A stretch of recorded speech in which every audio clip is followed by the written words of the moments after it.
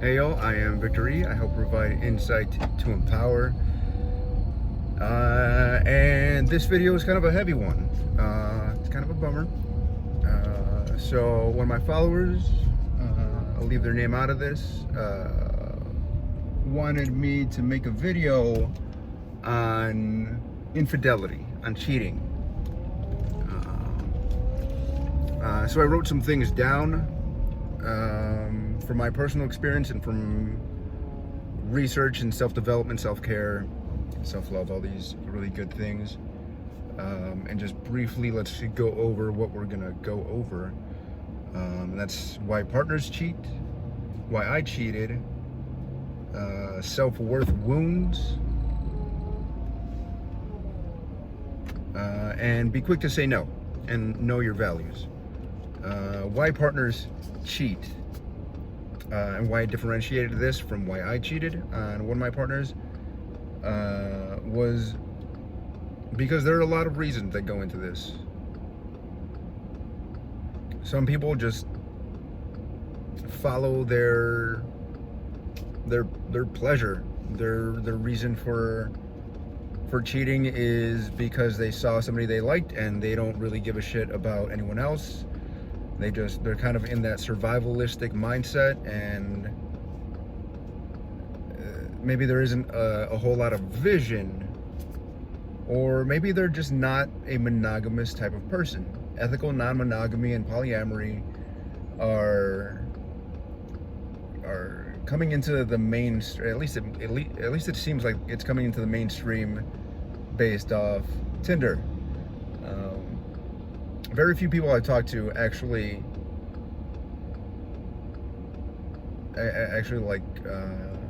would like that for themselves, meaning they're more of like the monogamous relationship type of person, because that's what they value, is commitment, trust, intimacy, that kind of thing.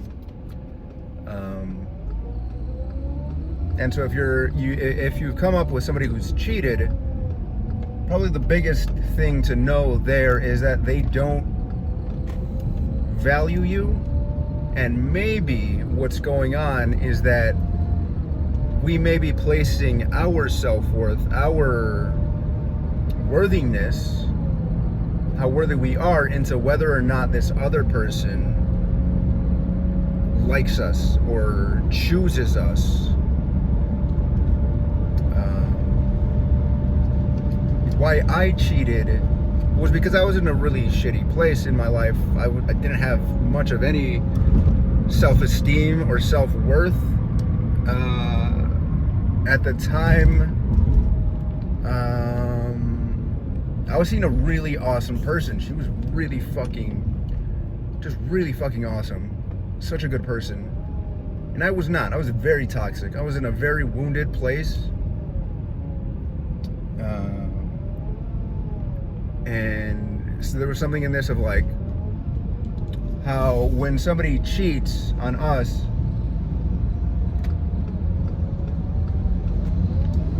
oftentimes they're reflecting back to us our level of self-worth, how much we value ourselves.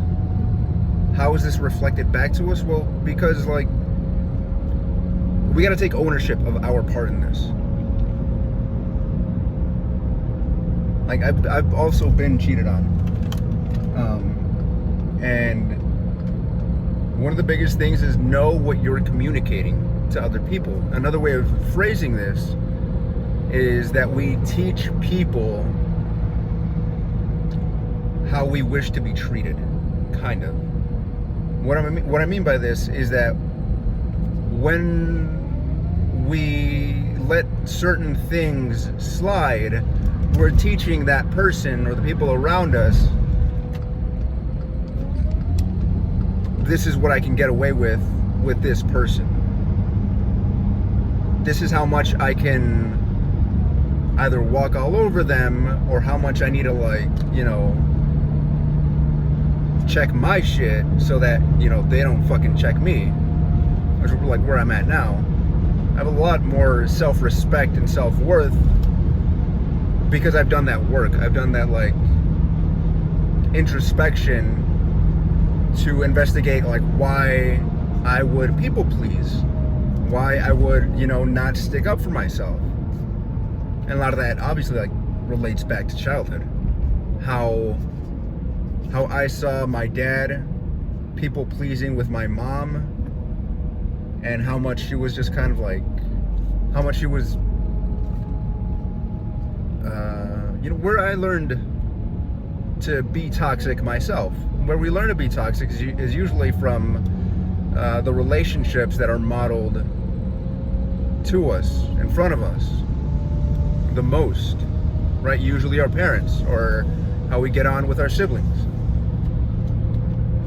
I saw one of my sisters cheat on, I think, a couple of her partners, and so that kind of put the fear in me of like, holy shit, like, these guys seem like they're, and they weren't, not fully anyway, it seems like they're, like men, or, desirable if like they got my sister, or if they're like one was in a good stable job and was making good money, bought a house, and it seems like, that seems like a good man, like an exemplary man. He wasn't, because he had his own insecurities, and his own fears of getting cheated on. Why people like get cheated on, not just why people cheat, but why people get cheated on, is because they have that fear of being cheated on. And so coming back to how like we teach people how to treat us, if I know for sure, like I have my insecurities, and they've ruined relationships before, but it, when I have my insecurities and they're flaring up in a relationship, well then my partner is seeing that I am not secure within myself. And maybe not as soon as, but like if your partner sees that you're not secure within yourself, that you are insecure, well, they're going to start looking for the door. They're going to start looking for the door. It's not that we should look for partners that will never cheat on us no matter what, because then, especially if we're carrying those abandonment or betrayal wounds of having, been shamed or humiliated, well then that's where we're going to be coming from, is that place of unhealedness, of having unhealed wounds. Because if I'm coming from those wounds, well then it's almost like I want to test that partner, that she's gonna stay no matter what. So I'm gonna do the whatever causes the no matter what, whatever makes it difficult for her to stay is what I'm gonna do, instead of me being fucking secure within myself, and that being the reason why she doesn't leave, or why they don't leave, whatever your situation is. And that's fucking hard, especially if you've got like traumas and wounds and stuff. Like, it's hard to be secure for some of us, but that doesn't, that doesn't take away from how much we need to prioritize leaning into that discomfort, into whatever helps us become more secure. And we can't get that from another partner. Kind of like growth and healing does happen within ourselves, but also in relationships, right? Like familial relationships, parents, siblings, like how we get on with them, friendships, and yeah, romantic relationships. Big testing ground, big testing ground.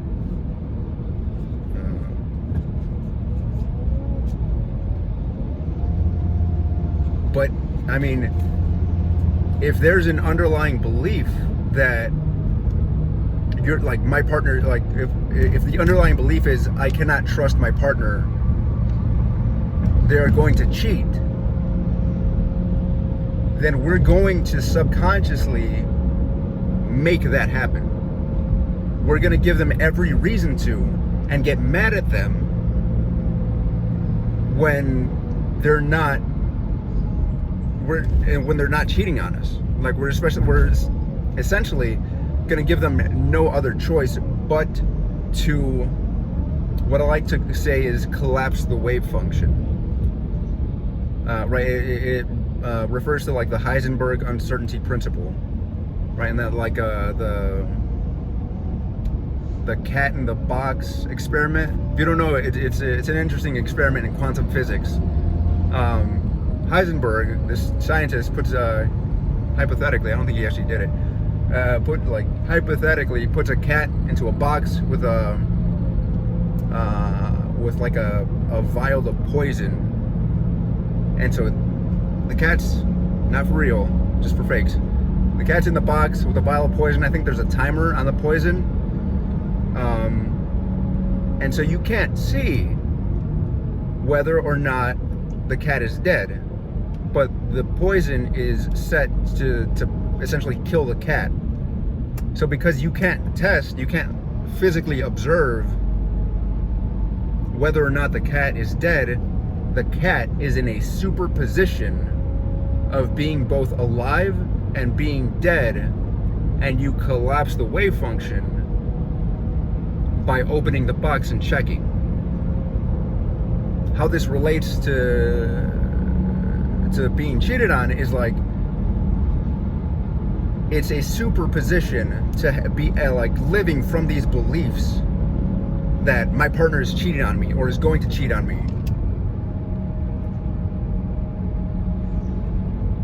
And it's pretty much like in a no matter what scenario, because we don't trust them, because we don't trust ourselves to pick a partner, because we don't trust ourselves. So we're attracting a partner that we can't trust, kind of,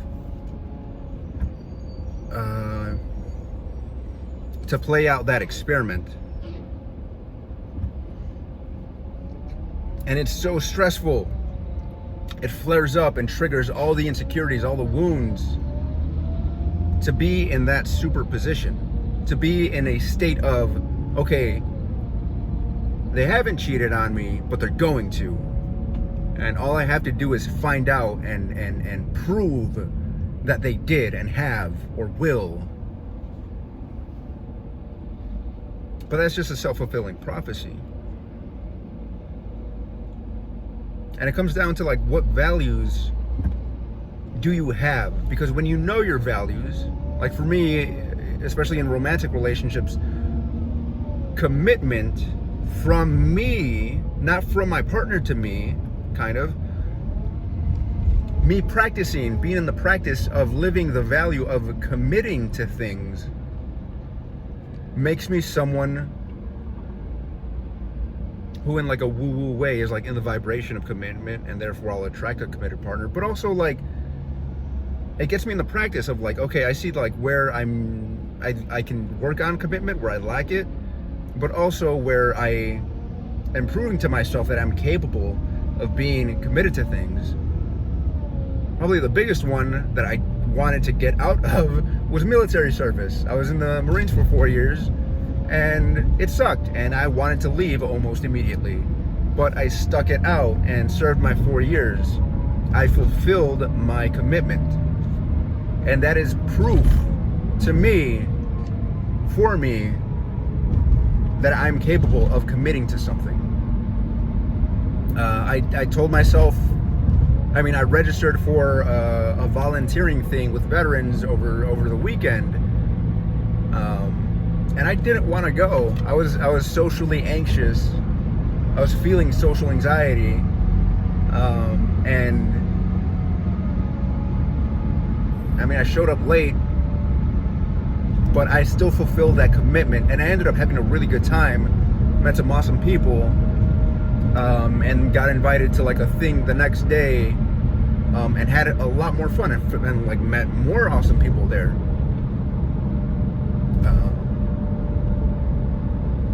But it started because I fulfilled that commitment to myself and to my friend, because he's the one who invited me.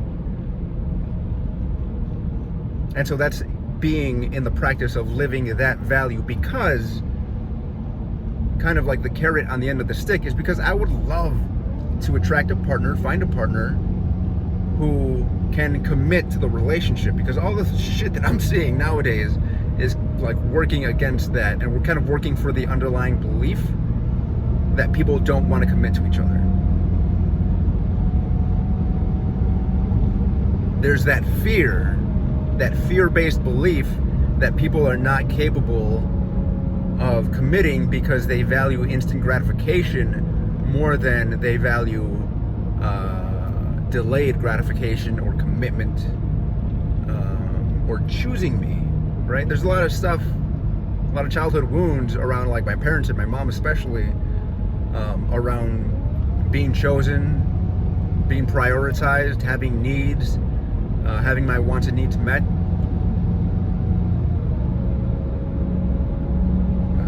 But it feels like I should come back to why I cheated. And as I said, like I was just in a really toxic place, acting from my fear-based beliefs. Being in like a survivalistic mindset, which feeds instant gratification over delayed gratification. Meaning, like, I took the instant gratification of hooking up with a girl who I liked,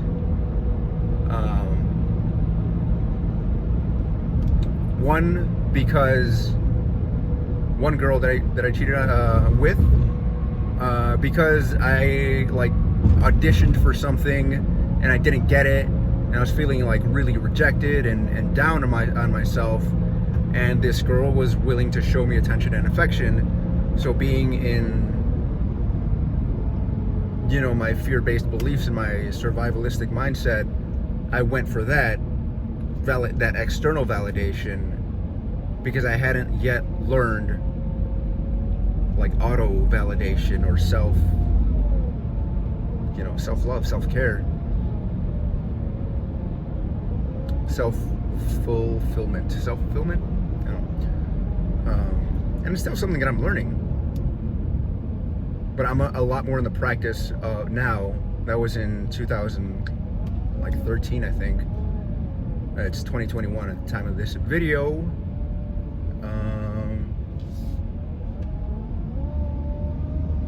And then another girl, she was just like, I thought she was really fucking hot, and there was some stuff there of like, she was a little bit older, and I don't know, like, she was fucking hot.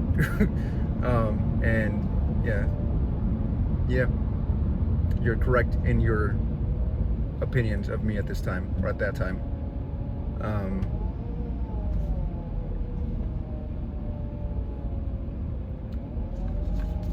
And like that's just why I cheated. I was just like, I was very small-minded, inconsiderate, and just in a like really shitty, toxic place.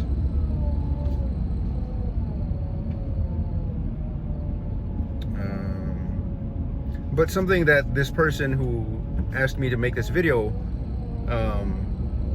brought up was that he was scared to lose her. Now, let me tell you, like, if you're scared to lose somebody who's treating you like shit and who's not respecting you, that's all the reason you need to turn inward and reflect and introspect, to ask yourself, okay, like, where's my self-worth at? That I'm scared to lose somebody who does not respect me.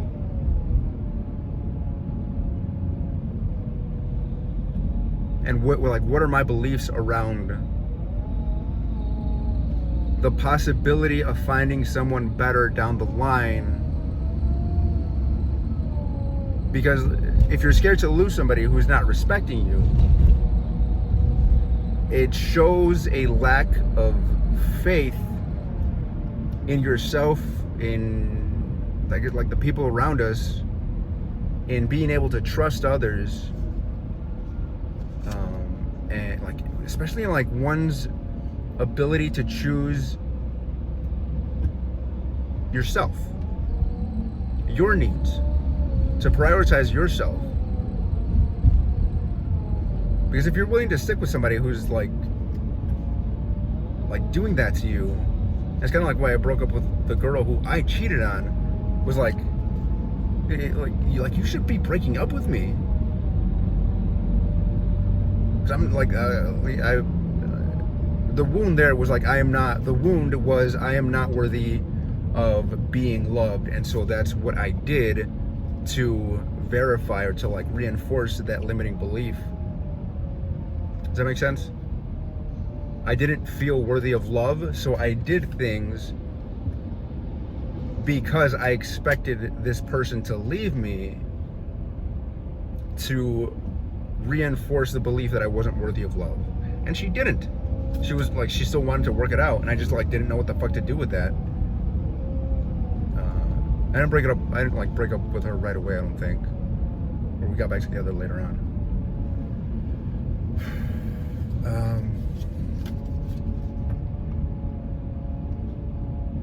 Yeah. So if you're scared to lose somebody, then you're scared, or you're feeling fear. But underneath and on the other side of that is like, well, okay, once you heal the wound, that fear is still kind of gonna be there. Once you've healed the wound, that fear is still gonna be around until you've really gotten secure with yourself. And you know you've gotten secure with yourself when you're acting from the belief of not that I'm so secure that nothing bad is ever gonna happen to me. That's fucking bullshit. Let's just get that out of the way. But acting from the belief that no matter what comes my way, I don't know how, I don't have to know how, but I know I'm gonna get through it. I'm gonna get myself through it. And I have, however bare minimum or however abundant, I have the support system necessary, or I can get to the support system necessary to get myself through whatever comes my way. So when you're acting from that belief, from that mindset, from that level of self-worth, well then, like, it gets to my next point of something I heard recently, like a few months ago, was like how much the Matthew Hussey, I think, was talking about it. It's like how much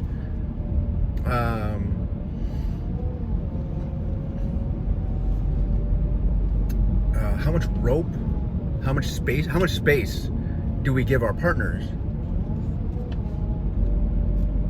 I wrote rope because of like what he said was we give them enough space, or rope, enough space to hang themselves. We give them enough space to betray our trust. It's on them whether or not they decide to. So if like whatever partner I'm with, if she's like, hey, I'm gonna hang out with this friend, and I can maybe kind of tell that there's something going on there, or I definitely can tell that like, that guy wants to like hook up with her. One, I can communicate like, hey, like, you know this guy likes you, right? And if she's like, oh no, he's just a friend, whatever, then it's like, okay, then we can have that conversation of like, okay, no, this guy definitely likes you. If you're not willing to see that, or at least like just be aware that that might be a possibility. If you're not willing to like even entertain that, then you know that becomes a different conversation. But if she says like, yeah, like I know, and you know, like I can practice boundaries, or you know, I respect what we have, so like you don't need to worry about me. But hopefully we've like that's just a conversation that might come up in any new relationship, especially, and hopefully it only needs to happen like the one time. But if like they did end up hooking up, well then I don't need to flare up. I don't need to get triggered or anything, because I know that's not reflective on my self-worth, whatever she decides to do. I can just be like, oh, okay, well that's shitty. I wish you hadn't done that. I liked what we had going, but as of now, like, you know, that It's done. And so I just walk away from that. And what I will say about that is that the first few times I've had to let go over the last like year or two, that I've had to let go of partners where it just felt like there was a lot of potential. It's been really fucking hard, but the more I've done it, the more I've seen and been rewarded by another person coming along. The women I've dated are really awesome and like are unique and really lovely in their own way, but every single person I've met after them has been better for me. And a big part of that is because of how I treat and value myself and what I will and will not tolerate from others.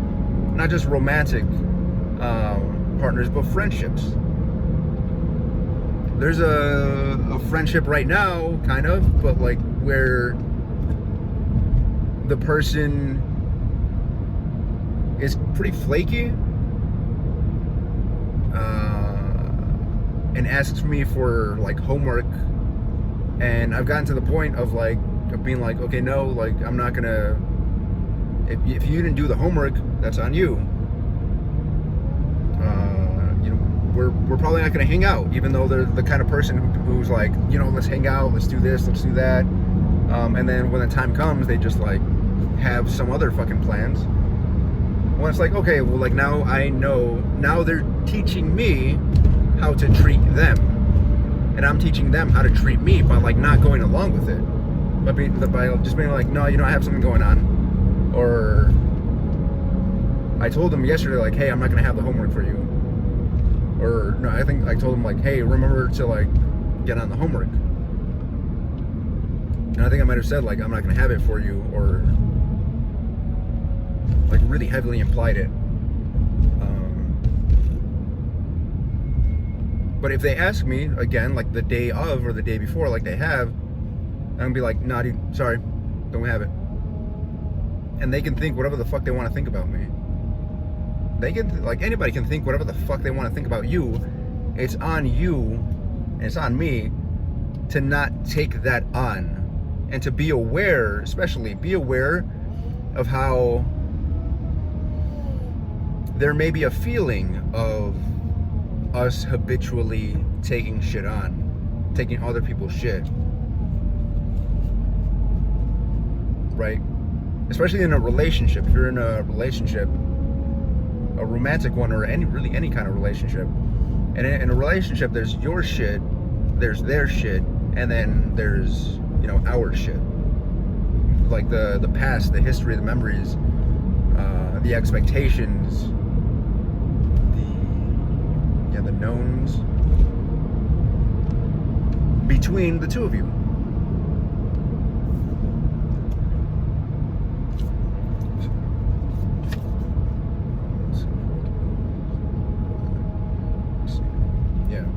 So I mean, like, just like be quick to say no to this person, and then sit with the discomfort that's going to come along with having said no.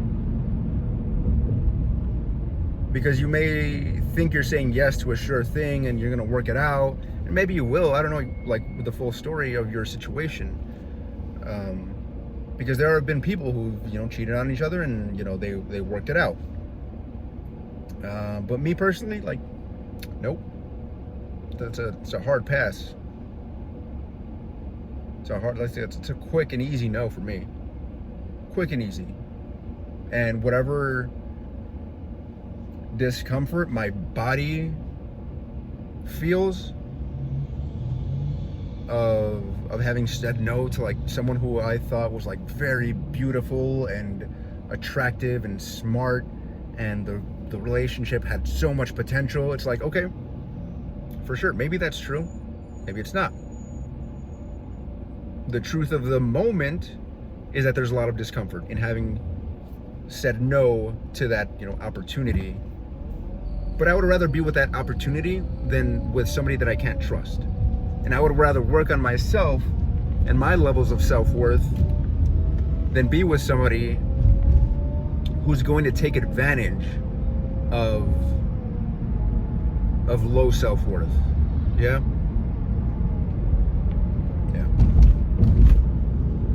So that's my video on infidelity and cheating. Let me know what you think. I was one kind of ran along. I usually try to keep them short. If you stuck around this long, thank you. Appreciate it. Drop a like, a comment, share if you feel so inclined. I appreciate it. Subscribe for sure. Appreciate it. All right, peace. Love you.